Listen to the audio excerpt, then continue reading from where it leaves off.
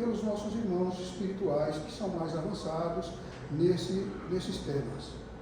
E vocês ouvirão daqui dele muitas coisas que ele acumulou, amealhou durante a caminhada dele como Espírito. Então, Deus nosso Pai, nós te agradecemos por estarmos aqui, neste Centro Espírita, para podermos aprender um pouco mais. Agradecidos que somos, erguemos uma prece. Pai nosso que estais nos céus, santificado seja o vosso nome. Venha a nós o vosso reino. Seja feita a vossa vontade, assim na terra como no céu. O pão nosso de cada dia nos dai hoje. Perdoai as nossas ofensas, assim como perdoamos a nossos ofensores. E não nos deixeis cair em tentação. Que assim seja, graças a Deus. Graças a Deus e graças a Jesus. Passo então as mãos de vocês, o Eduardo, que vai falar sobre esse tema com o nosso aluno. Não coloquei, eu também embaixo coloquei, que é um estudo de Jesus sobre esse tema, falando sobre a luz, as particularidades da luz espiritual, que nos serve como guia nas nossas vidas.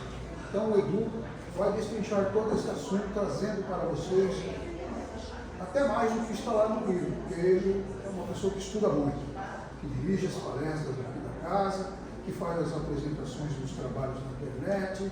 Ele é uma pessoa apropriada para fazer esse tema de hoje. Um tema muito bacana, vocês vão gostar. Obrigado, Francisco. Boa tarde a todos. Boa tarde. Sejam todos bem-vindos ao CITEF. Como eu já disse, o Centro Espírita Terceira Revelação, Luz e Verdade. Gente, todos os sábados eu apresento os palestrantes. E normalmente a gente faz a convocação dos palestrantes e às vezes algumas datas, como é o caso dessa data, ninguém quis fazer. E aí a gente se propõe a realizar a palestra. Então eu vou tentar hoje, a gente vai tentar juntos, trabalhar um tema bem interessante que está no Evangelho segundo o Espiritismo. Não coloqueis a candeia debaixo do alqueire. Tema super interessante. Além desse tema, nós vamos ter alguns outros temas, né? Porque esse capítulo 24 é um capítulo longo, gente. Eu não sei se a gente vai conseguir ver tudo, mas pelo menos aquilo que der tempo, a gente vai falar. O primeiro de todos é a candeia debaixo do alqueire, porque Jesus fala por parábolas, do item 1 ao item 7, não procurei os gentios, do item 8 a 10, o sal não tem necessidade do médico, itens 11 e 12, coragem da fé, 13 a 16, carregar a cruz, quem quiser salvar, a vida a perderá, itens 17 a 19. Bom, vocês devem estar perguntando, puxa vida, são passagens do Evangelho de Jesus. Sim, é verdade. O que nós fazemos aqui nada mais é do que contextualizar, conversar um pouco sobre os ensinos que foram ali vivenciados por Jesus Cristo e trazer esses ensinos a um entendimento à luz da nossa época. Jesus, ele nasceu judeu, viveu como judeu, morreu como judeu. Ele conversava com as pessoas há 2000 anos atrás, pessoas que tinham costumes diferentes do nosso, linguagem diferente da nossa, expressões idiomáticas diferentes da nossa. Falavam uma língua que não era uma língua, vamos dizer assim, muito rica. Era uma língua que tinha... Era uma língua pobre, vamos dizer assim. Que era o aramaico. O aramaico era uma vertente do hebraico, mas não era uma língua muito rica. Mas era uma língua que tinha muitos símbolos, era uma língua muito simbólica, o que era comum na época. Inclusive porque o costume do povo para o qual ele veio trazer a mensagem, que eram os judeus, porque os judeus, nós vamos falar sobre isso hoje, inclusive, é assunto da nossa palestra, mas ele precisava falar em concordância com aquilo que eles conheciam. O que eles conheciam? Eles conheciam o Velho Testamento. O Velho Testamento era realmente aquilo que circulava na época de Jesus, aquilo que eles tinham como conhecimento e aquilo que eles realmente vivenciavam. Eles procuravam viver os ensinos de Moisés. Bem, começa Jesus dizendo que ele não veio destruir a lei, mas dar-lhe um entendimento.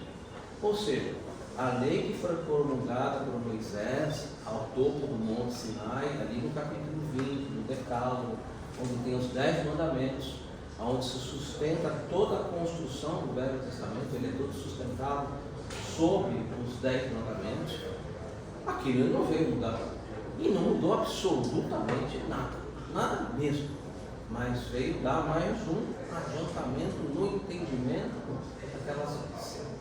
Adiantamento muito necessário, adiantamento que a doutrina espírita realiza hoje em dia. Ela procura, além de trazer a chave de entendimento, procura dizer aquilo mesmo que Jesus havia prometido. Ele mesmo prometeu, anotado pelo evangelista João, lá no capítulo 14, quando ele coloca assim: muito vos tenho a dizer, mas não podeis suportar agora. Mas eu rogarei ao Pai, e ele enviará um consolador, um esclarecedor. Esse vos falará tudo o que eu tenho dito e vos trará um avanço, vai trazer para vocês algo além daquilo que eu não posso entregar agora. Por exemplo, ele falou: há muitas moradas na casa do meu Pai. Jesus falou isso. Ninguém pode discordar que ele falou isso. Agora, ele falou como é que eram essas moradas? Como falar isso há 2000 anos atrás? Se você olhava para cima, via aqueles pontinhos luminosos e malemar tinha consciência do que era aquilo. Como falar das moradas do Pai?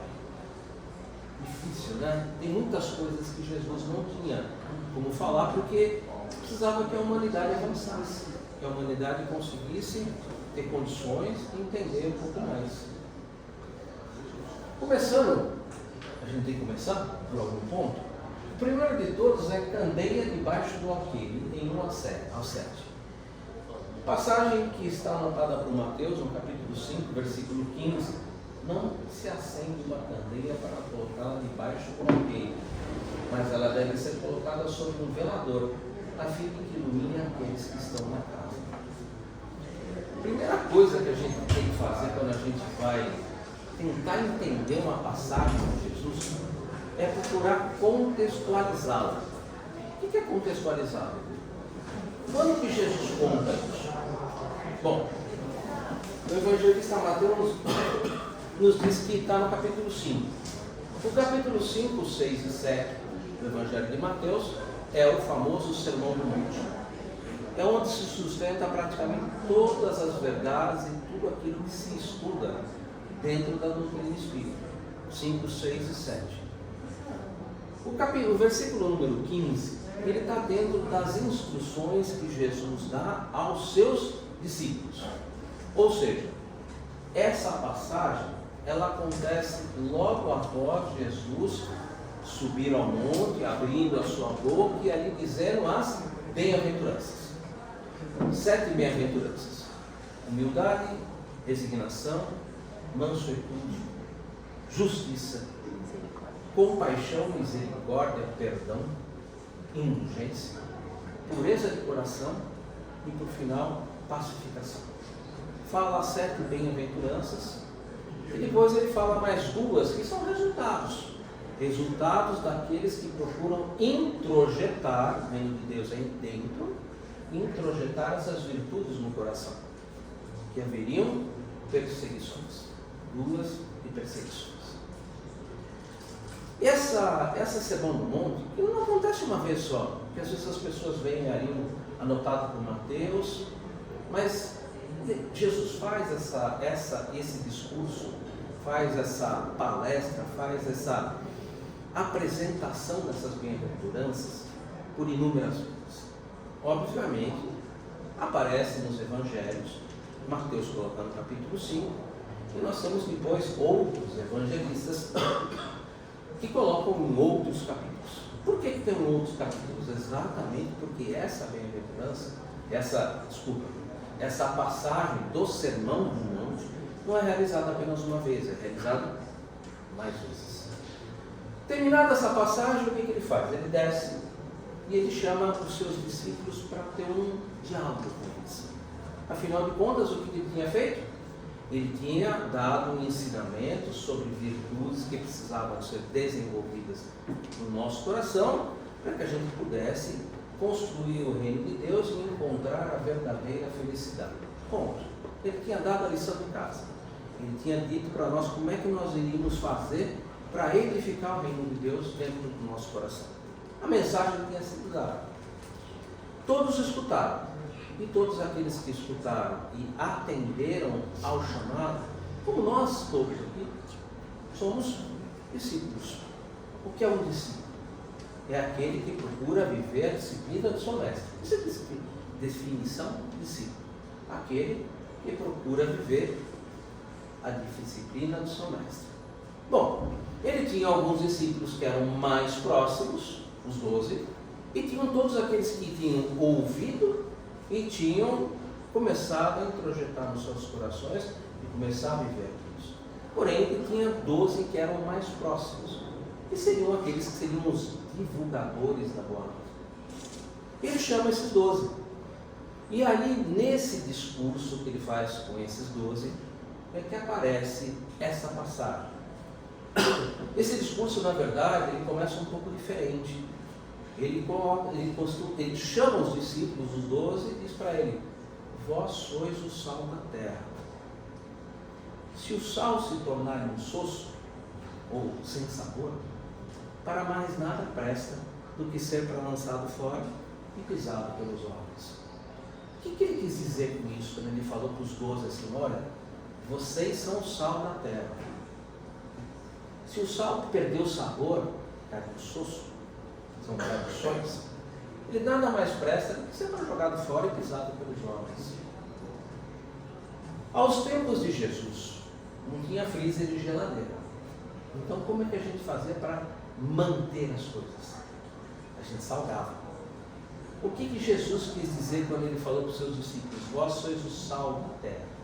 Ou seja, tudo aquilo que eu acabei de falar no Sermão do Monte, as bem-aventuranças, os degraus que vocês vão trilhar para alcançar a verdadeira felicidade, vocês precisam guardar isso com vocês.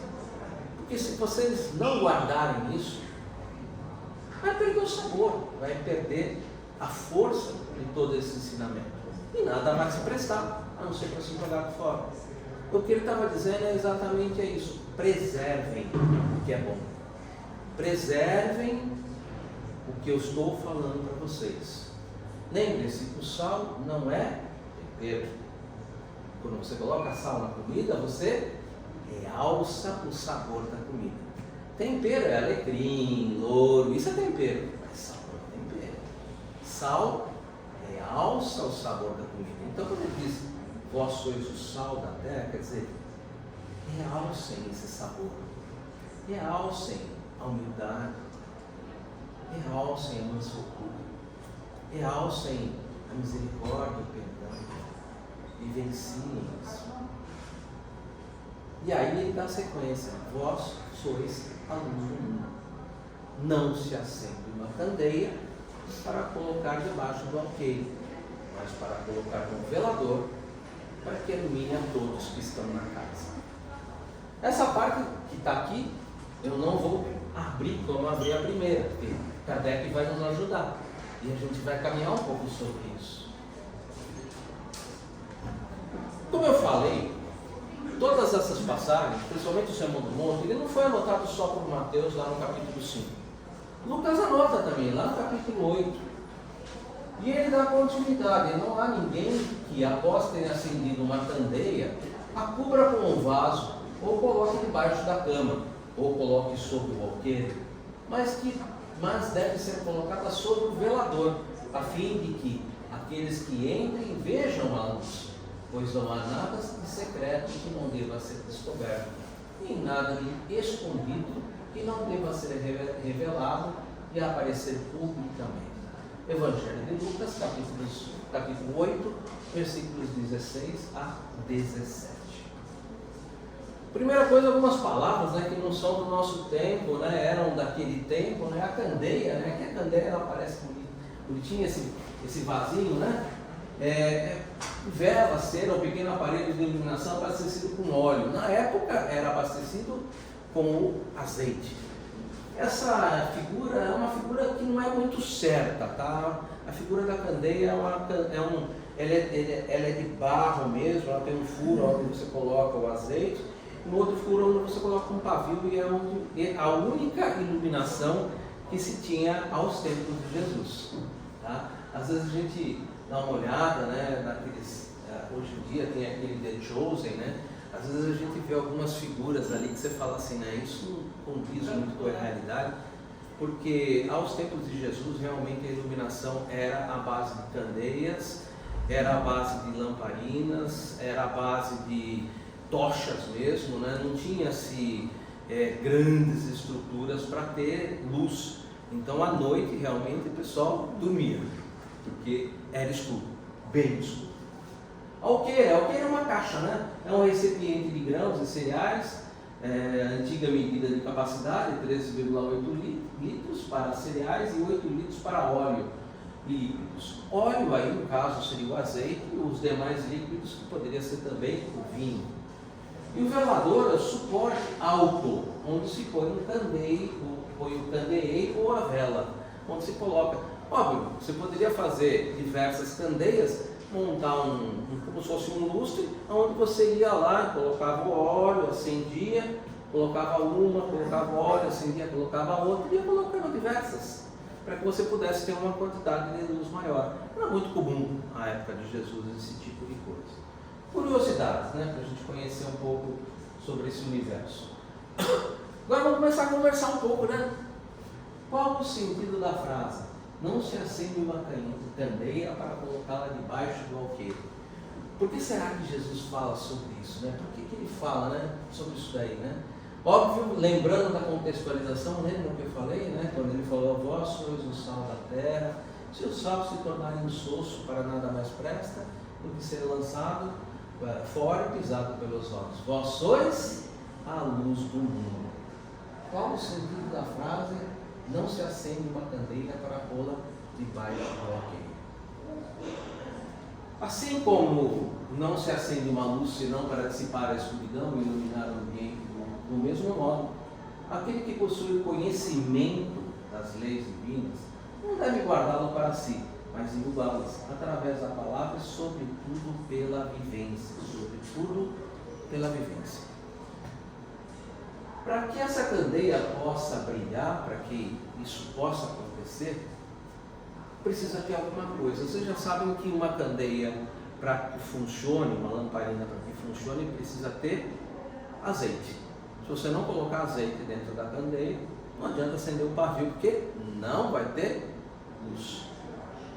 Óbvio, se ele está falando isso para nós que somos discípulos, e ele começa falando, brilhe a vossa luz diante dos homens, para que a gente possa fazer com que essa luz brilhe, o que seria necessário da nossa parte? Dar em nós mesmos. Nós costumamos já conversamos muito sobre isso quando nós falamos sobre a caridade. Nós falamos que existe a caridade material e existe a caridade moral. A caridade material é muito boa. Cesta básica mata a fome das pessoas, o agasalho tira o frio das pessoas, isso é excelente, muito bom. Mas ela deve também ser, sempre que possível, utilizada junto com a caridade material, a caridade moral. Ou seja, dar de você. Ser aquela pessoa que escuta as outras pessoas, ser aquela pessoa que tem o ouvido para ouvir, os olhos de ver, ser aquela pessoa que pode sentar e perguntar, tudo bem com a senhora? A senhora está passando bem? Está se sentindo melhor? Posso lhe ajudar em alguma coisa? Se a senhora precisar, eu posso lhe ajudar a caminhar aí em algum lugar. Isso é dar de si, é estar junto e poder, além de dar a caridade material, às vezes, de repente, eu posso chegar, só precisa de uma cesta básica, está aqui, mas vamos fazer o seguinte, não vou deixar a senhora carregar daqui na sua casa, eu vou levar até a sua casa, vou colocar para a senhora nos determinados lugares que a senhora precisar, ou até ajuda a utilizar as coisas da cesta básica para a gente confeccionar uma comida gostosa para nós comermos. Isso é associado à caridade material, à caridade moral. É dar de você, é dar aquilo que todos nós temos, e a nossa propriedade assim, mais cara, mais bela que cada um de nós tem: o tempo. O tempo. O que você faz do seu tempo? Você joga fora assistindo televisão? Você joga fora fazendo coisas fúteis? Será que não poderia usar melhor esse tempo? Ele é tão escasso, né, gente? A gente sabe quando nasce, mas a gente não tem a menor ideia do dia que Deus nos chama. E o que nós fazemos nesse tempo? Então, assim como não se acende uma luz, senão para dissipar a escuridão e iluminar o ambiente, do mesmo modo, aquele que possui conhecimento dessas leis, aquele que já estudou um pouco, aquele que já conseguiu entender, não deve guardá-las para si, mas divulgá-las através da palavra e sobretudo pela vivência. A palavra, gente, vim falar aqui na frente não é difícil. Basta decorar alguma coisa, você pode vir aqui e falar. O problema não é esse, o problema é o que você vai fazer com aquilo que você está falando. Lembre-se, quando você fala alguma coisa, o primeiro que escuta é você mesmo. Você está vivendo aquilo que você fala? Ou está pelo menos tentando viver aquilo que você fala? Isso é importante. Isso é muito importante. Porque não há nada secreto que não deva ser descoberto. Por quê? Porque tudo que se acha oculto será descoberto um dia. E o que o homem aqui não pôde compreender, ele será sucessivamente desvendado, senão aqui na terra, em mundos mais adiantados. Deus nos concede ocasiões constantes de esclarecimento, assegurando-nos o entendimento progressivo das suas leis. Aqui tem bastante coisa quando a gente fala sobre isso, né? Porque tudo tem o seu tempo. Tudo tem o seu tempo. O Eclesiastes começa assim, né? Há tempo para plantar, há tempo para colher, há tempo para tudo, né? Então tudo tem o seu tempo. E no momento certo, a gente tem que colocar em ação tudo aquilo que a gente escuta, tudo aquilo que a gente aprende. Entendimento progressivo das suas leis. A gente já está em condições de entender as leis de Deus. O problema é, eu acredito que a grande maioria, eu me incluo nisso, não está no entender, está no compreender. Porque a gente até entende, agora compreender quer dizer introjetar, quer dizer ser íntimo daquilo, colocar aquilo em prática de forma verdadeira. Eu compreendi que eu devo agir sempre desta forma. Eu posso entender, mas compreender leva um pouco mais de tempo. Porque compreender é íntimo, tempo. É você tendo certeza, você tendo lucidez, você tendo força, compreensão plena, ou pelo menos dentro das condições que você pode compreender e colocar aquilo em prática.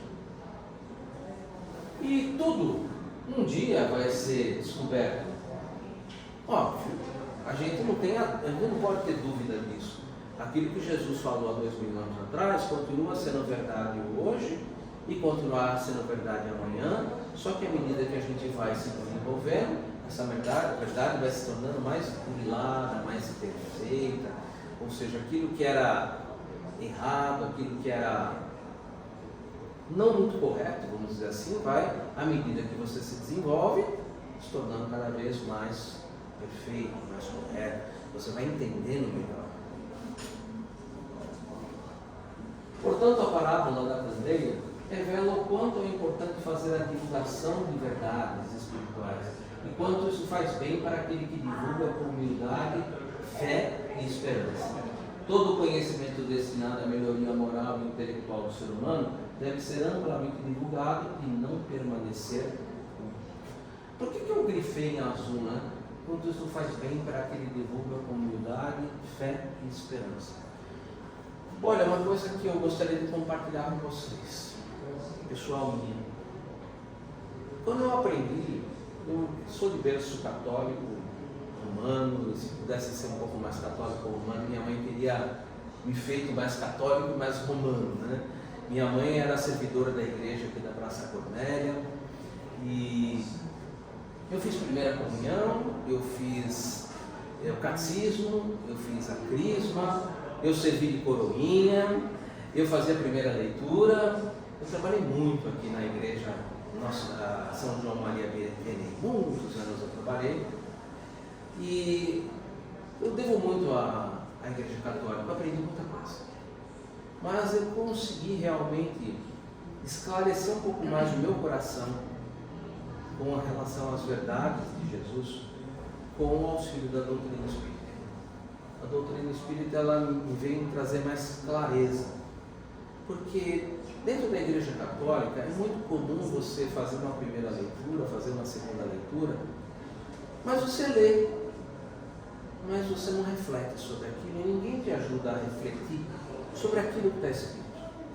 Fica para você lá o panfletinho, você acompanha a leitura, mas você não faz reflexões. O que está escrito ali? Qual é por que eu estou fazendo aquilo? Por que eu estou lendo aquilo? A mesma coisa com o Evangelho, trechos de Jesus, como eu estou fazendo aqui agora. O padre lê o Evangelho, todo mundo senta e ele vai fazer a homilia. Nessa homilia, gente, às vezes ele fala de coisas, às vezes ele conta de política, às vezes ele conta de casos, mas ele não traz esclarecimento, para mim pelo menos não trazia esclarecimentos que refletiam sobre a aplicação prática daquilo na minha vida, no meu íntimo. Eu sentia falta disso. E eu encontrei aqui dentro da doutrina espírita. Isso me fez tão bem no meu coração. Eu me senti tão acolhido por Deus, a minha fé se fortaleceu de uma determinada forma, que eu falei, olha, a partir de agora eu vou compartilhar isso com as outras pessoas, porque para mim, isso me fez tão bem. Eu senti meu coração mais leve, eu me senti com a minha fé renovada, porque agora eu tinha uma certeza naquilo que eu estava confiando, naquilo que eu estava escutando, os ensinos de Jesus. Isso para mim me trazia um conforto, e me traz um conforto que é indescritível. E é por isso que eu quero e desejo muito compartilhar, divulgar humildade, fé e esperança. Humildade primeiro, porque eu gosto de deixar muito claro, gente, eu não sei tudo, sei muito pouco mesmo, mas o que eu já sei me fez tão bem que eu queria divulgar. Eu quero passar para as outras pessoas o que as pessoas vão fazer com isso, aí a cada um segundo suas obras. Mas eu gostaria de divulgar, eu gostaria realmente de passar essa vacina, vamos dizer assim, vacina não sei o nome, acho que essa boa nova, que me fez tão bem no meu coração, que gostaria de compartilhar com todo mundo. Por isso que eu deixei isso em azul, porque realmente quando eu comecei a compreender aquilo que Jesus falava, aquilo se tornou tão claro para mim, se tornou tão evidente, tão forte, que eu sei que eu sou muito imperfeito, mas eu todos os dias tenho tentado olhar para o dia, ver os pontos em que eu poderia ter feito melhor e falar assim, se Deus me permitir amanhã, eu vou fazer diferente. Porque eu sou daquelas pessoas que eu consegui desenvolver em mim uma confiança em Deus por causa não só da palavra, mas da vivência. E a minha única oração, gente, quando eu vou dormir à noite, normalmente é: Pai, se precisar, estou por aqui. Tudo bem, eu confio plenamente. Mas se Ele me permitir, eu gostaria do dia de amanhã, eu gostaria mesmo. Porque enquanto eu estou aqui, eu estou tendo a oportunidade de fazer diferente, de corrigir aquilo que ontem eu fiz e que não foi legal. Tratei mal a senhora, desculpa, hoje eu vou tratar melhor. Senhor, eu falei palavras duras, me perdoe, hoje eu vou procurar ser menos forte nas minhas palavras. Todos os dias é uma oportunidade. Não diga todos os dias, diga todo minuto, toda hora, a gente nunca sabe com quem Deus vai nos colocar ao lado, né? Porque afinal de contas Deus ajuda a criatura através da criatura. Quem será que Deus vai colocar daqui a pouco do meu lado para me ajudar ou para que eu possa ajudar. Porque é ajudando uns aos outros que a gente vai alcançar a angelitude. É nesse trabalho. Do ponto de vista espiritual, a candeia assemelha-se à mente esclarecida e enobrecida, de valores morais que afasta as trevas da ignorância existentes na humanidade. Foi o que eu quis explicar quando eu falei sobre a vivência dentro da igreja. Ela é excelente. Vamos dizer, eu gosto muito. Tenho ido ainda assistir missas. Eu gosto muito disso, porque eu acho que é um lugar muito bom, gostoso para você pegar a base fundamental. Para pegar essa base. Mas você precisa também dar um passo além, caminhar um passo além. Manter-se na retaguarda, ou seja, atrás, espiritual, quem acredita que conhecimentos superiores destinados à melhoria humana devam permanecer ocultos, em círculos fechados, inacessíveis às massas. Infelizmente, a gente ainda tem muitas crenças por aí que tem esses círculos fechados, que tem regime de castas, como por exemplo na Índia. Então, tem alguns lugares ainda que são muito complicados. E isso realmente é complexo, porque fere diretamente aquilo que Jesus nos pediu para fazer. Brilhe a vossa luz. Luz é entendimento, luz é verdade, luz é conhecimento. Que o conhecimento, que a verdade brilhe e que isso seja para todas as pessoas. Quando ele falou, brilhe a vossa luz diante dos homens para que vejam as vossas boas obras, quer dizer que é para mostrar aquilo que você pode fazer com o que você tem, com aquilo que você tem e aquilo que você detém, ou seja, a caridade material e moral, ou seja, é para mostrar as obras, não o obreiro. Não o obreiro. Por quê? Ele falou, brilhe a vossa luz para ver as vossas boas obras, e não o obreiro. Se ele fala sobre obreiro, aí a gente poderia questionar, peraí Jesus, o senhor falou que aquele que a mão direita faz, a esquerda não precisa ficar sabendo. Então é para mostrar as obras, não o obreiro, tá? Por isso que está lá, as obras. Por força da lei, do progresso, as verdades chegam à medida que o ser humano evolui.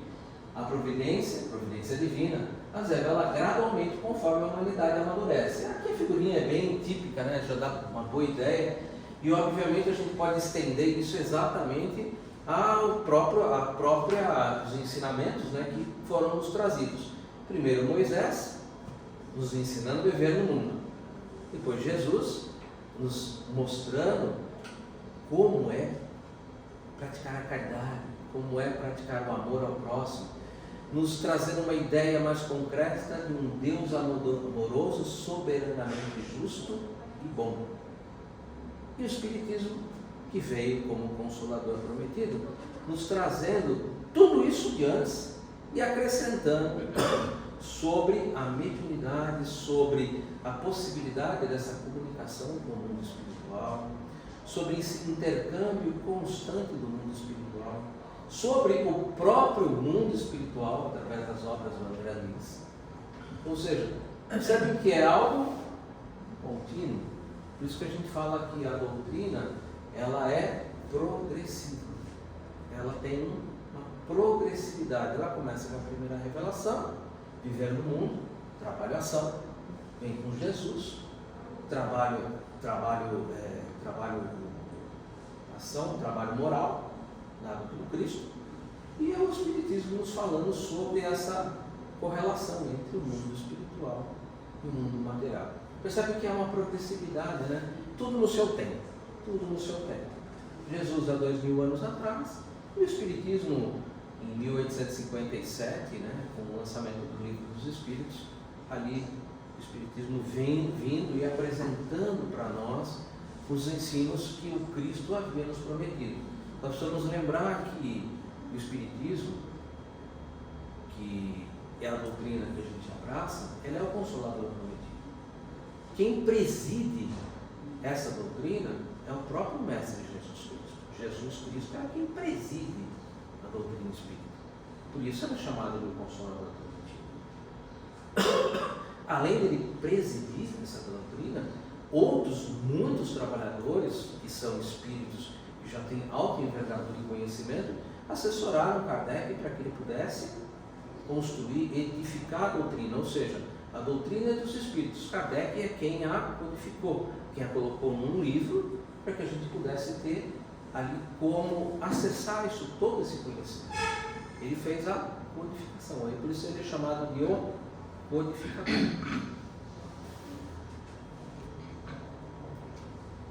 Então, por que Jesus fala em parábolas? Por que vocês acham que Jesus fala em parábolas? É uma boa pergunta, né? Essa pergunta, na verdade, ela foi feita contextualizando, porque logo que Jesus fez um sermão, que é o sermão, a parábola do semeador. Foi uma das primeiras parábolas, inclusive é a primeira parábola que abre as parábolas de Mateus. A parábola do semeador, quando ele termina de contar essa parábola do semeador, os discípulos chegam para Jesus e perguntam: mestre, o que você quis dizer com esse negócio aí? E aí Jesus fala por que ele falava em parábolas. Vamos lá. Seus discípulos se aproximaram e disseram: por que falais em parábolas? Afinal de contas, a gente estava conversando numa boa, de repente você chegou e contou uma parábola, a parábola do semeador. E respondendo, eles disse: porque foi dado a vós conhecer os mistérios do reino dos céus, mas a eles isso não lhes foi dado, porque aquele que já tem, mais lhe será dado, e ficará na abundância. E aquele, entretanto, que não tem, mesmo o que tem, lhe será tirado. Falam-lhes por parábolas, porque vendo não veem, se ouvindo não escutam e não compreendem. Mateus capítulo 13, versículos de 10 a 15. Palavras duras, né? Palavras duras. Vamos tirar um pouquinho dos mistérios dessas palavras, né? Acho que é importante, né? Jesus ensinava por palavras porque as verdades eternas nelas contidas, embora as ouvidas por muitos, só podiam ser compreendidas por aqueles que já possuíam um determinado grau de adiantamento espiritual. Olha, voltando ao exemplo que eu dizer de mim mesmo, porque eu acho bonito a gente usar exemplos próprios da nossa própria vivência. Como é que eu poderia ter chegado à doutrina espírita e compreendido a doutrina espírita se eu não tivesse passado por todo aquele caminho que foi como se fosse um caminho suave dentro da Igreja Católica? Eu fiz a comunhão, eu fiz catecismo, eu ajudei dando aula de catecismo, eu fiz primeira leitura, eu fui coroinha, quer dizer, eu tive muito contato com tudo, para que depois que eu tivesse contato com todo esse material, com todo esse arcabouço, eu pudesse ler e falar: mas tem algo mais que eu posso aprender, tem algo mais que tem nisso aqui que eu não estou conseguindo entender. Eu queria me aprofundar um pouco mais nisso, porque, como o Paulo falou, Pedro, né, só tu tens as palavras de vida eterna, né, só tu tem a verdade, né, eu queria compreender um pouco mais sobre isso, né. Então, para aqueles que não tinham base nenhuma, é complicado falar sobre isso. Então, o que eu abri falando? Que Jesus nasceu como judeu, viveu como judeu e morreu como judeu. Jesus nasceu no seio aonde já existia o quê? O Velho Testamento. O Velho Testamento já estava implantado. Já existia toda a base aonde ele iria construir o amor. Moisés já tinha falado muito sobre a vida no mundo. Agora Jesus precisava falar um pouco mais sobre, não só falar, mas além de falar, provar a imortalidade da alma, somos espíritos imortais, e falar um pouco mais sobre o Pai, a bondade de um Pai que zela pelos seus filhos, que ama, que nos ama profundamente. Ele mesmo disse, né? Quando perguntavam sobre a bondade de Deus, ele falou o seguinte, abre aspas, né? Quem de vós, se seu filho lhe pedir um pão, lhe dará uma pedra? Quem de vós, se seu filho lhe pedir um peixe, lhe dará uma serpente? Se vós sois homens maus e sabem dar coisas boas aos seus filhos, que dirá Deus, sendo todo poderoso e bondade? Vocês perceberam o grau de bondade que foi colocado nisso? Ele está fazendo uma comparação simples, né? Se o meu filho me pede um pão, eu não vou dar uma pedrada nele. Se o meu filho me pede um peixe, eu não vou pegar um pedaço de espinheiro e bater nele com um pedaço de espinheiro. Se eu dou coisas boas para os meus filhos, quanto mais Deus não dará para nós, que somos filhos dele. Vocês percebem a profundidade da beleza dessa mensagem? É a profundidade do amor de Deus quando ele fala sobre isso. O quão grande é isso. Então, quem possuía já um grau de adiantamento espiritual que poderia compreender aquilo que Jesus vinha falar, é para eles que Jesus veio. E para os outros, ficavam como parábolas. Ficavam como eu, quando estava ali na igreja, que eu pegava aquele panfletinho, lia, achava uma leitura muito legal, mas não conseguia refletir, porque eu não tinha chaves de entendimento. Eu não conseguia entender um pouco melhor em profundidade aquilo que nunca ninguém chegou para mim e falou: olha, isso aqui significa tal coisa, isso aqui significa tal coisa. O sal aqui é para preservar, aqui é brilhar a luz, é para você dar de si. Quer dizer, nunca ninguém tinha chegado para mim em profundidade me dando essas chaves de interpretação. E Jesus vinha fazer o quê? Ele vinha dar essas chaves para os ensinos da época que ele estava, ou seja, ele trazia as chaves correspondentes ao entendimento do Velho Testamento. Caberia ao Espiritismo, ao Consolador, apresentar as chaves de entendimento das parábolas aos tempos de hoje. E é o que a gente procura fazer aqui na frente. Quando a gente traz esse entendimento aos dias de hoje, a aplicabilidade às nossas vidas. E aquilo que para mim me fez muito bem no meu coração. Clara referência aos bens espirituais, a observância dos preceitos divinos faz com que esses bens verdadeira riqueza do espírito, aumentem incessantemente. Ou seja, aqueles que receberam esse ensinamento, que foram seus discípulos e foram levar isso para as outras pessoas e foram criar as eclesias, como foi o nascimento de tudo aquilo, como foram os 40 da Galileia, mesma coisa. Tudo isso quer dizer, isso tudo vai se multiplicar. Por outro lado, aqueles que se ocupam apenas com a vida material e esquecem de desenvolver os bens espirituais, e o pouco progresso que possui fica estacionado. O que ele quis dizer com isso? Por aquilo que você acha que você tem, até aquilo vai ser tirado. Óbvio, se você dá um ensinamento para a pessoa e a pessoa prefere viver apenas das coisas do mundo, que viva as coisas do mundo. É que aquilo que Jesus lá na frente vai trabalhar novamente, vai ser objeto ainda da gente conversar, que deixar os mortos e enterrar os mortos. Quem são os mortos? Os mortos são aqueles que vivem apenas a vida do mundo e não estão nem um pouco preocupados com a vida espiritual, absolutamente nada. O que esperar? Se você não tem nada, não dá para esperar nada. Então, normalmente, naquela época, se dizia muito morto e ressuscitado. O morto é aquele que está afastado da lei de Deus, é aquele que vive apenas por mundo. Isso é o morto. E o ressuscitado, o ressurrecto, é aquele que compreendeu: opa, eu estou aqui, mas os bens do mundo, eles são para que eu possa me desenvolver e auxiliar no desenvolvimento a todos que estão à minha volta. Isso é a função dos bens do mundo, tudo, inclusive meu próprio corpo. Mas eu estou aqui também para desenvolver uma outra coisa, a moral, desenvolver todas as virtudes, humildade, como já falei, humildade, resignação, mansuetude, paz. Aquilo que a gente tem mais dificuldade, perdão, indulgência, isso é mais difícil ainda, perdão, indulgência, misericórdia, compaixão, pureza de coração, são as virtudes que desenvolvem o coração do Senhor. E isso é só praticando um com os outros, não tem outra forma. Porque senão seria até, se você imaginasse de outra maneira, poderia ser até um desvio de rota, Porque, pensa bem, nós somos criados espíritos. Por que a gente encarna, então, se a gente foi criado espírito?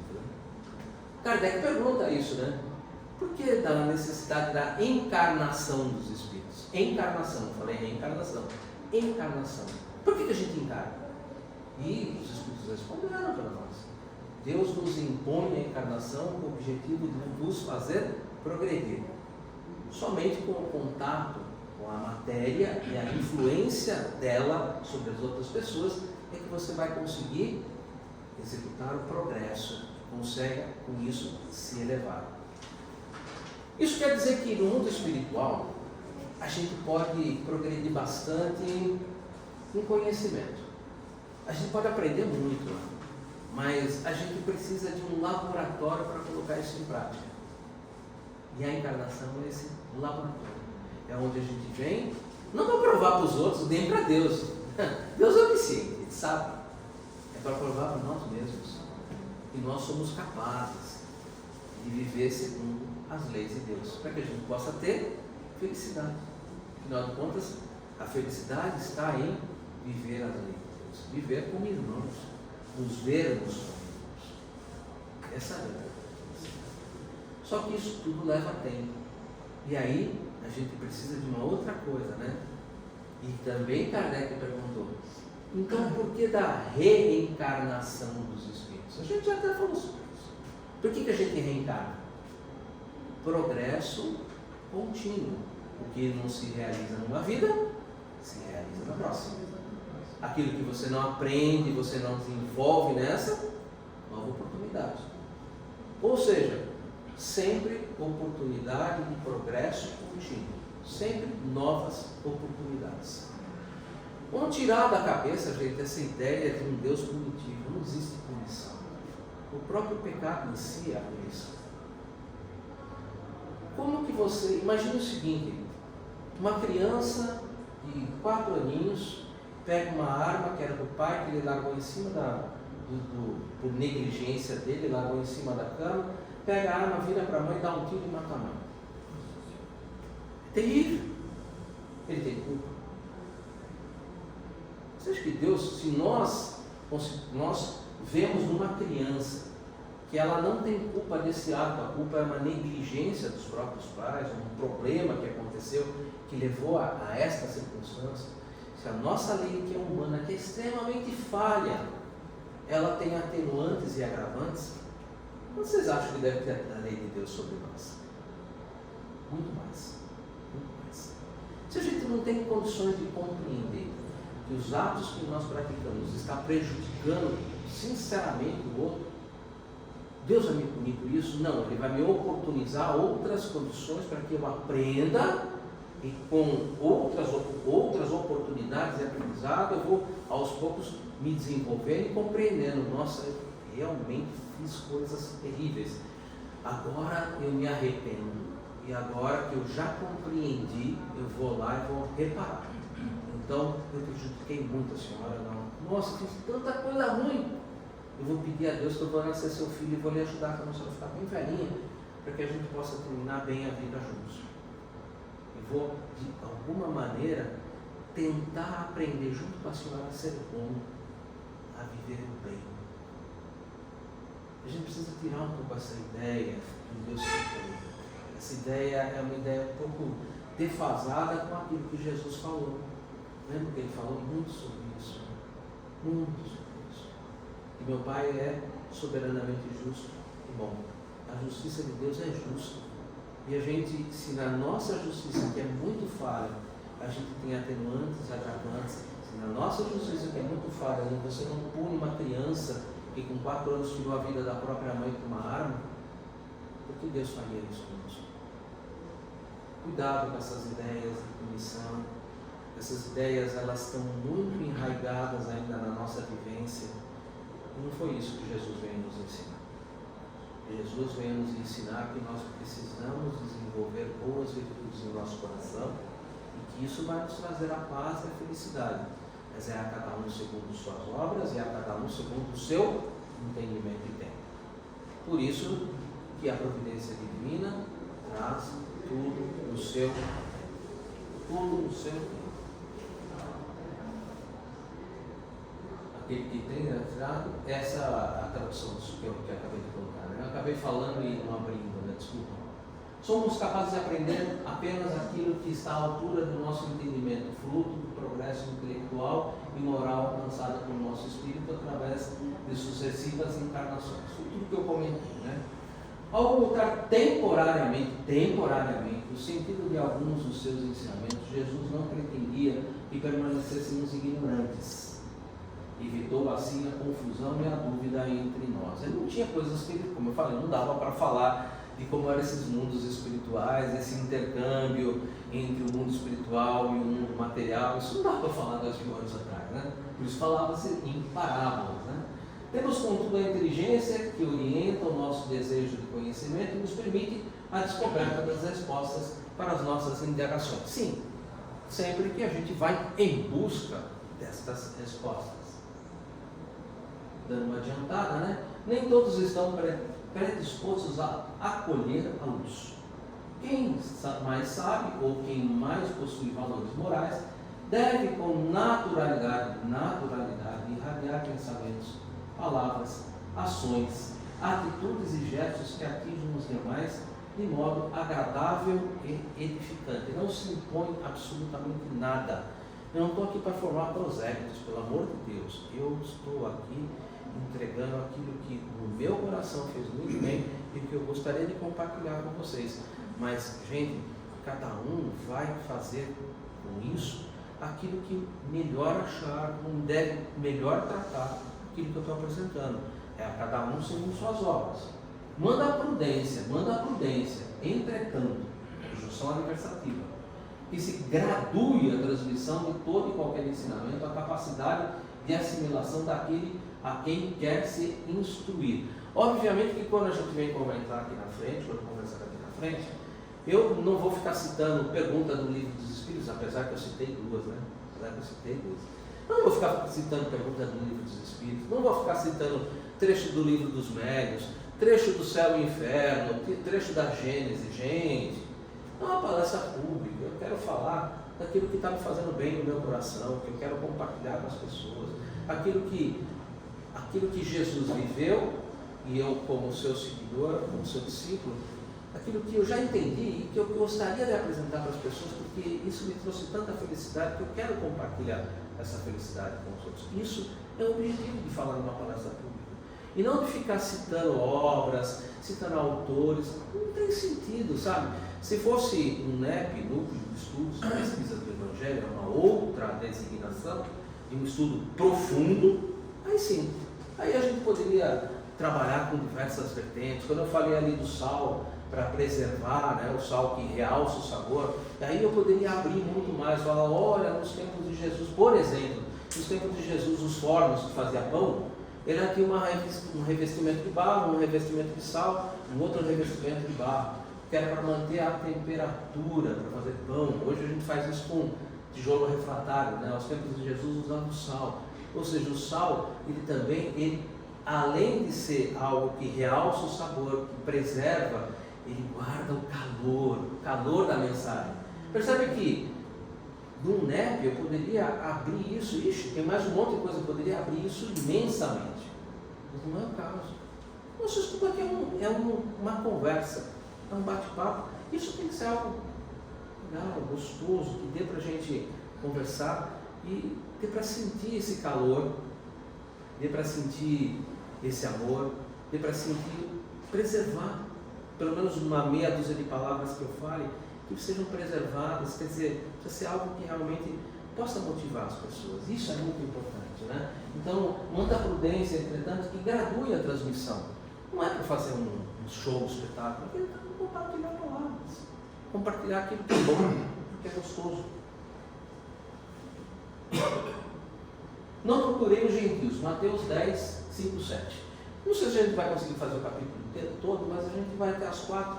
E a gente, pelo menos aquilo que a gente conseguiu ver do capítulo, vai ser bem interessante. A gente já leva para casa alguma coisa muito bacana.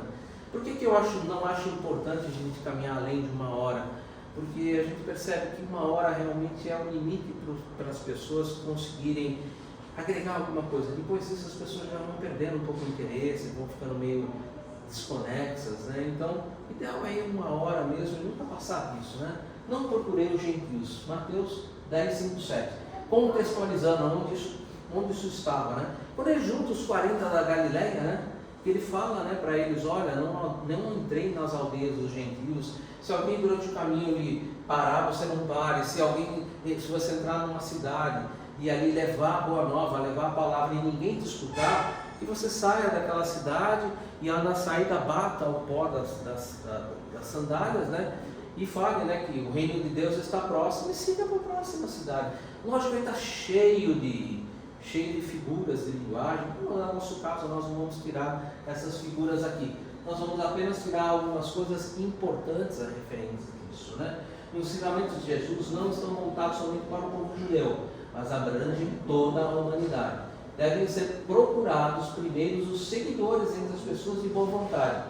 O que eu quis dizer com isso? Lógico, gente, eu estou apresentando tudo isso aqui, por quê? Porque são pessoas que já tiveram um contato com a doutrina espírita. Nós estamos no capítulo 24 do Evangelho segundo o Espiritismo. A gente já falou bastante sobre os ensinos de Jesus, então tem espaço para a gente continuar falando, continuar enriquecendo o nosso coração, continuar aprendendo com os ensinos de Jesus. Tem espaço para isso. Agora, eu não vou falar sobre isso. Como é que eu vou falar sobre isso, por exemplo, num púlpito de uma igreja? Não tem um espaço ali, as pessoas nem sei se estão interessadas nisso. Entendeu? Se as pessoas estão interessadas, com certeza. Muitas vezes algumas pessoas me perguntam alguma coisa sobre a doutrina ou sobre alguma passagem de Jesus. Eu normalmente pergunto para ela assim: você me perguntou sobre isso, você realmente está interessado em saber sobre essa passagem, alguma coisa? Você dispõe de pelo menos uma meia hora para a gente conversar a respeito disso? Se a pessoa falar para mim, não, eu gostaria de saber o que isso está me intrigando, eu gostaria de saber. Aí eu sento do lado dela, porque eu vou dar do meu tempo, eu vou dar daquela parte, né, além da doação material, a doação moral, né, eu vou sentar do lado dela e vou conversar com ela por meia hora, não só falando, mas escutando também o que ela está querendo me dizer. Porque muitas vezes você fala e na medida que você recebe o que ela está trazendo, você acaba se enriquecendo com coisas que são exemplos de vida dela, que você fala assim, puxa vida, eu tenho muita coisa para passar para ela, mas ela também tem muita coisa para me passar. Não existe uma única pessoa no mundo que não tenha algo para ensinar para alguém. Não existe uma única pessoa no mundo que não tenha uma experiência de vida que não possa ser compartilhada. Não existe isso. Se a gente estiver disposto a compartilhar, disposto a conversar, tudo bem, vamos em frente. Os mesmos se aplicam aos propagadores do Espiritismo, para os quais os incrédulos, sistemáticos, os zombadores, os obstinados, os adversários interesseiros são os que eram os gentios daquela época, né, os pagãos, para os apóstolos. Né? Jesus fala muito, né, sobre essa parte, né? Por isso que ele fala, não vai ter com os gentios, porque eles não estão preparados ainda. O que adianta você falar isso para eles? É como o sal da terra, né? Você vai jogar o sal, você vai levar a palavra, mas vai se tornar insosso, vão jogar fora, porque eles não compreendem, eles não têm a base. Então caberia ao tempo para que eles pudessem criar as eclesias, instituir as bases, e à medida que essas bases fossem instituídas, começar a trazer os ensinos. À medida que as pessoas fossem compreendendo, fossem compreendendo, compreendi. Então agora vamos aumentar esse entendimento, entender um pouco mais, entendi. Agora vamos colocar em prática, vamos compreender um pouco mais. E nessa medida a gente iria crescendo. O sol não tem necessidade de médico, é verdade, né? Aquele que não está passando por uma dificuldade, não precisa, né? Jesus estando à mesa na casa de Simão o Curtidor, vieram muitos publicanos e pessoas de má vida que se colocaram à mesa com Jesus e seus discípulos. E vendo isso, os fariseus, né, disseram aos seus discípulos: por que vosso mestre come com os publicanos e as pessoas de má vida? Mas Jesus, os tendo escutado, disse-lhes: o são não tem necessidade de médico, mas sim os enfermos. O que ele quis dizer com isso, gente? Exatamente que os fariseus eram aqueles irmãos que conheciam o Velho Testamento de cor e salteado, Eles tinham um entendimento, mas não compreendiam muito bem. Eles entendiam, mas não compreendiam, porque eles não viviam aquilo. Tanto que Jesus fala para eles, né? Fala para todos nós, né? Fazei tudo aquilo que eles vos dizem, mas não da forma como fazem, porque dizem uma coisa e fazem outra. Então, aqui o que acontece? Eles discriminavam todo mundo. Então, se era uma pessoa, se era um gentil, se era um publicano, discriminava, não podia entrar na casa, não podia se aproximar, não podia tocar. Era uma discriminação complexa, né? Era algo muito complexo. E Jesus veio nos mostrar que nós somos todos irmãos e que todos nós precisamos uns dos outros. Então, ele veio exatamente para essa classe dos excluídos, aquela classe que precisava dessa boa nova, né? Banquete aos publicanos. Jesus abraça todos os que desejam a excelência de sua alimentação espiritual. Quem são os enfermos? Os humildes, os desprezados pelos homens, mas com os corações preparados para receber Jesus. Os doentes da alma são os reais necessitados de consolo. É para esse que Jesus veio, né? Os fariseus demonstravam saúde e equilíbrio, porém, conjunção adversativa, né? Padeciam de hipocrisia, que eu acabei de citar a frase, né? Trazendo no íntimo mal de difícil cura. Se achavam os donos da verdade. A verdade não está nesse mundo. A verdade que está aqui é a verdade que nós damos conta, que cada um de nós dá conta. Minha verdade pode ser um pouco diferente da senhora. Cada um tem uma verdade, e essa verdade vai sendo burilada à medida que a gente vai compreendendo e entendendo os ensinamentos do Cristo, entendendo, compreendendo e principalmente colocando em prática. Jesus recusa a ostentação da pureza, que muitas vezes não passa de aparência, orgulho e falsidade, muito comum naquela época. Ainda hoje em alguns cantos, né? Acolhe aos que trazem desejo de melhoria, de modificação, de crescimento para Deus. As pessoas nessas situações encontram-se sofridas e com o coração mais maleável para aceitar as diretrizes do Evangelho. Coragem da fé. Vou encerrar com esse daqui, que eu acho importante a gente falar um pouco sobre a coragem da fé, né? Eu não vou falar sobre definições, né? Todo aquele que me confessar e me reconhecer diante dos homens, eu reconhecerei e confessarei diante de meu Pai que está nos céus.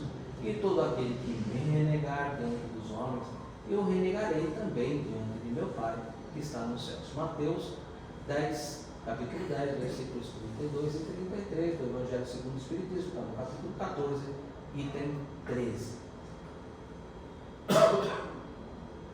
O que significa confessar e reconhecer Jesus diante dos homens? Ela perguntando, e a resposta não é muito difícil, né? Significa aceitar seus ensinos e divulgá-los através da palavra e, sobretudo, da vivência. Falei muito sobre isso, né? Sem constrangimento nem fanatismo, principalmente isso, sem fanatismo. Nada de fugir para o centro para sair de casa. O lugar para exercício é em casa, com os familiares, aquelas pessoas com as quais nós escolhemos estar com eles, tá? Eu escolhi minha mãe, meu pai, eu escolhi a família onde eu estou, eu não caí da cegonha, a cegonha não me derrubou do bico. Eu estou no lugar certo, com as pessoas certas, cabendo a mim fazer a coisa certa. Então nada de fugir para o centro para sair de casa, tá? Em casa é muito importante. Aqueles que confessam Jesus diante dos homens são os que dão testemunhos do seu ensinamento, vivenciando no dia a dia. Dá testemunho da verdade aquele que, possuindo uma fé, vive de acordo com ela e não teme praticá-la e nem defendê-la, onde ou diante de quem quer que seja. A demonstração da fé dá-se, acima de tudo, pela vivência e a coragem de ostentá-la. Desculpe, está cheio de ênfase aí, né? Porque são textos mais antigos, né? Hoje em dia não se usa mais essas construções. Mas eu ainda gosto muito de manter essas construções porque eu acho que elas ficam mais claras, né? Dar testemunho da verdade realmente é isso, né? A gente não pode apenas guardar para si. Se você aprendeu alguma coisa que realmente fez bem para você, e que realmente edifica no coração das pessoas é aquilo que eu digo: leva adiante, passa adiante, passa adiante, passa adiante. Eu também reconhecerei e confessarei diante do Pai. O que quer dizer isso? Né? Jesus é o enviado de Deus, nosso Pai, para nos ensinar suas leis. Jesus está sempre ao nosso lado e, percebendo o nosso esforço de praticar o bem, nos reconhecerá diante do Pai como seguidores dos seus ensinamentos. Kardec resumiu isso, né? Reconhece-se o verdadeiro espírita pelo esforço, pelo seu crescimento moral e pelo esforço em domar as suas más inclinações. Ou seja, desenvolvimento moral, desenvolvimento das virtudes, né? E domar as nossas más inclinações. Né? Então, o esforço em praticar o bem. Né? Jesus sempre está ao nosso lado, percebendo o nosso esforço em praticar. Nos reconhecerá diante do Pai como seguidores dos seus ensinamentos. Não seremos reconhecidos por nossos nomes ou pelos bens que possuímos. Gente, tudo que é material é meio, não é fim.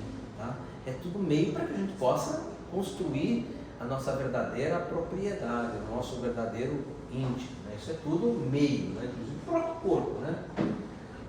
Mas sim pelo esforço em superar as nossas imperfeições e praticar tudo aquilo que Jesus veio nos ensinar, a caridade por excelência. Né?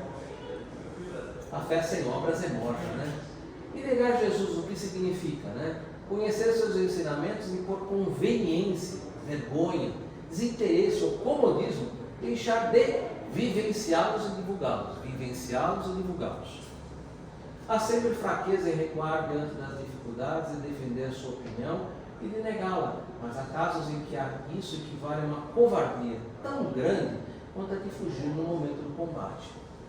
Esse medo põe a perder a vantagem da fé, porque guardá-la para si, temendo prejuízo no mundo, ou proferi-la no mundo ao proferi-la, é egoísmo. O discípulo da verdade não pode represar para si os ensinamentos do Mestre. Que nem água parada, né, gente? Se a gente deixa a água parada, ela apodrece. É a mesma coisa com os ensinos.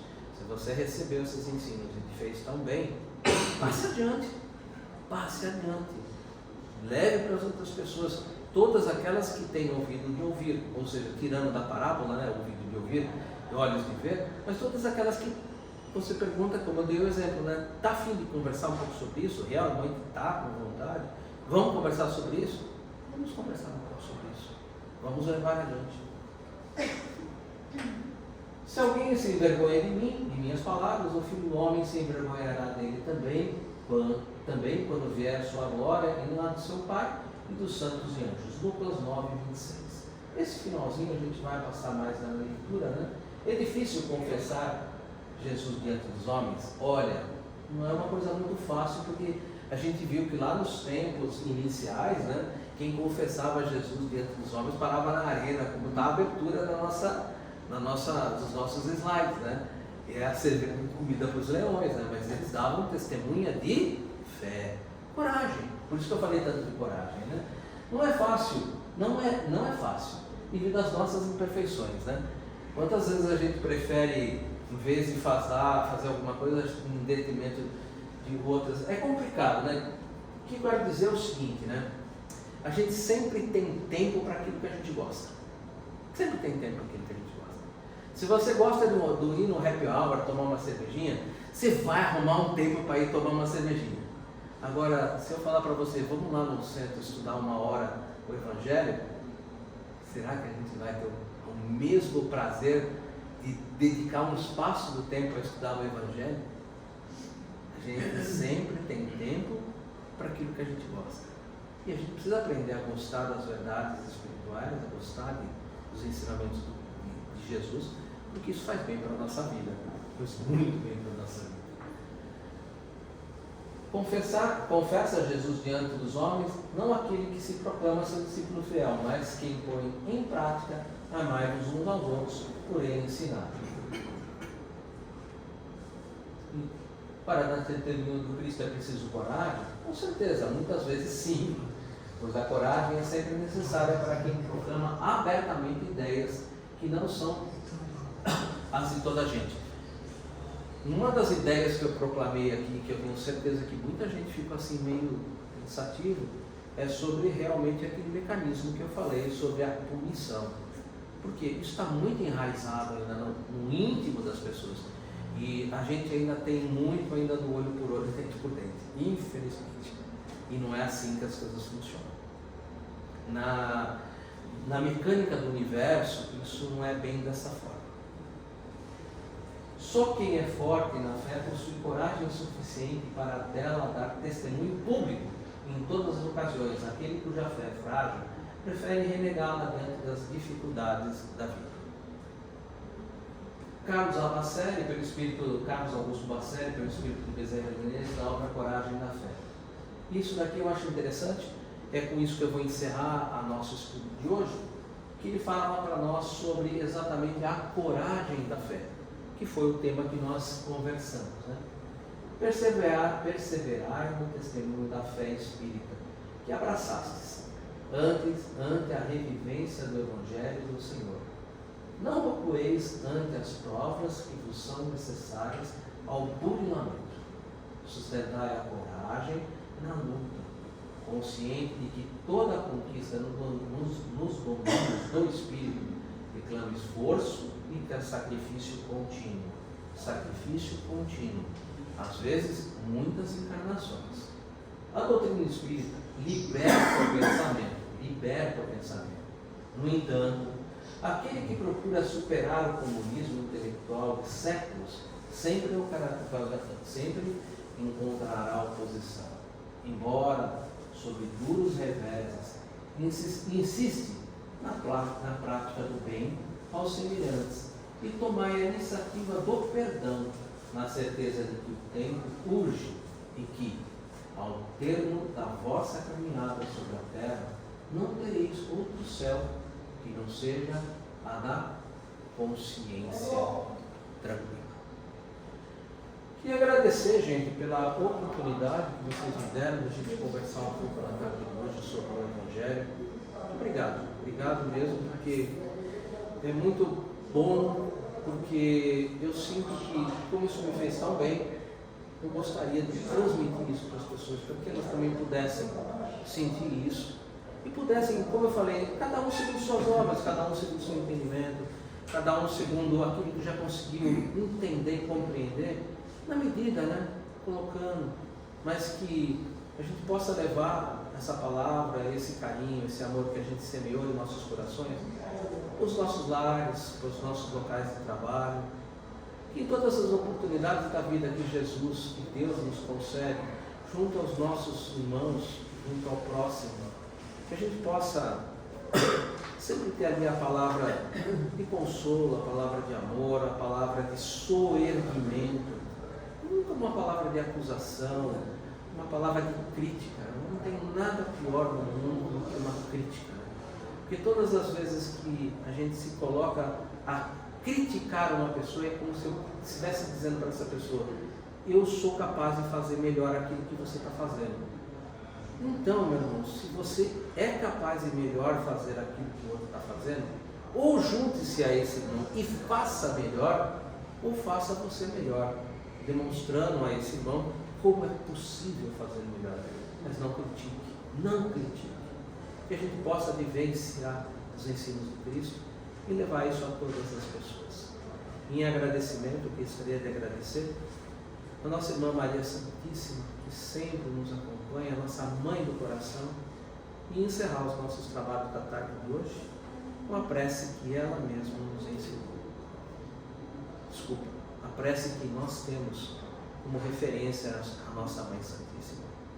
Ave Maria, cheia de graça, o Senhor é convosco, bendita sois vós entre as mulheres, bendito é o fruto de vosso ventre, Jesus. Santa Maria, Mãe de Jesus, rogai por nós, pecadores, agora e na hora de nossa morte, que assim seja. Graças a Deus, graças a Jesus.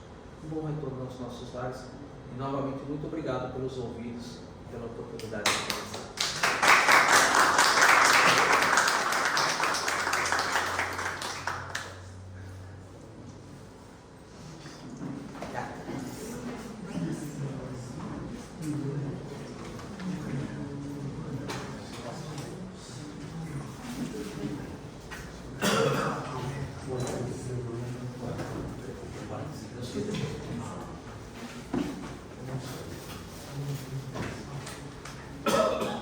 parar aqui? Pode parar.